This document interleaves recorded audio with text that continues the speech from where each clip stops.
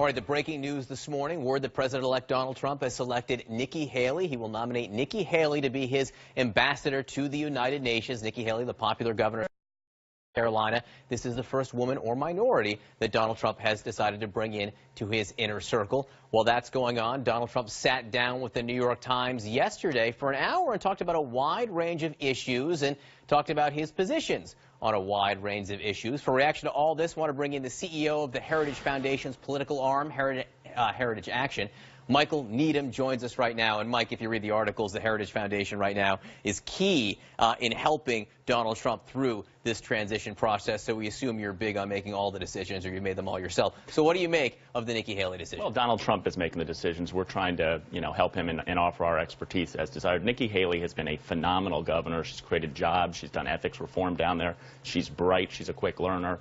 She's going to be a fantastic representative of the United States. Do you need foreign policy experience to be ambassador to the United Nations? Well, I think as a governor of a state, you have foreign policy experience, and she went overseas, I think, over a dozen times. But she's also just been an incredible governor. Would you say that foreign policy is her main area of expertise? I think that running an administration has been her main area of expertise in South Carolina, and now as the president's representative of the United Nations, she's going to be involved in the exact same types of skills that she's been using running a state, interacting with people and representing interests. We were talking during the break, as we are wont to do. We were talking about Donald Trump's interview with the New York Times yesterday, the hour-long sit-down. And you suggested it shows that he will stand up for the conservative principles that are so important to Heritage.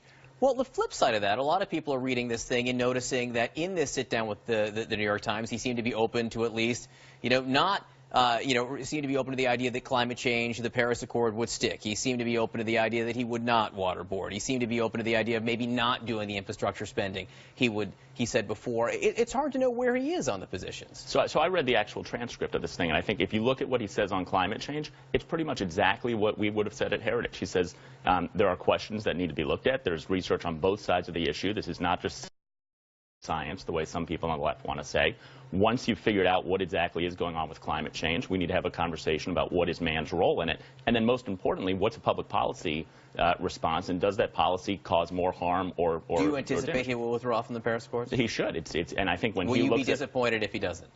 Sure. But, I think when he looks at it, as he says in that interview, he's going to look at the merits. He's going to listen to a lot of people, and you'll find that the damage done to the economy by the Paris Accords does not in any way get outweighed. Do you think Donald Trump, the president-elect, has conservative convictions?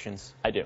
And I think that, especially reading that interview with the New York Times, you see, and I don't know where his convictions were 10 years ago or 5 years ago. I think certainly over the course of this campaign, the experience of going around the country has made him more conservative. In virtually every single answer in that New York Times interview yesterday, I thought that his initial answer was something that shows a kind of deep understanding of conservative instincts. Is it conservative to not separate your business interests from the business of government?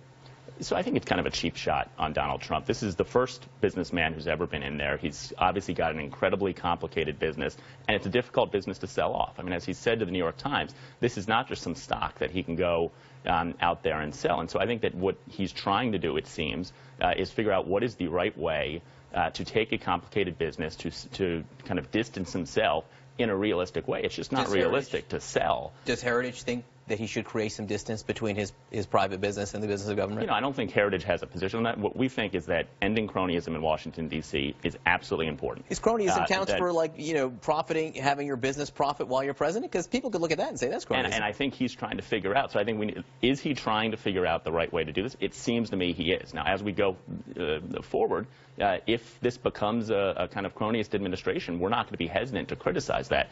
I think realistically, if anybody has suggestions as to what he should be doing that are kind of realistic to his circumstances, I would ask him to take them up. If he doesn't, then they have a real issue.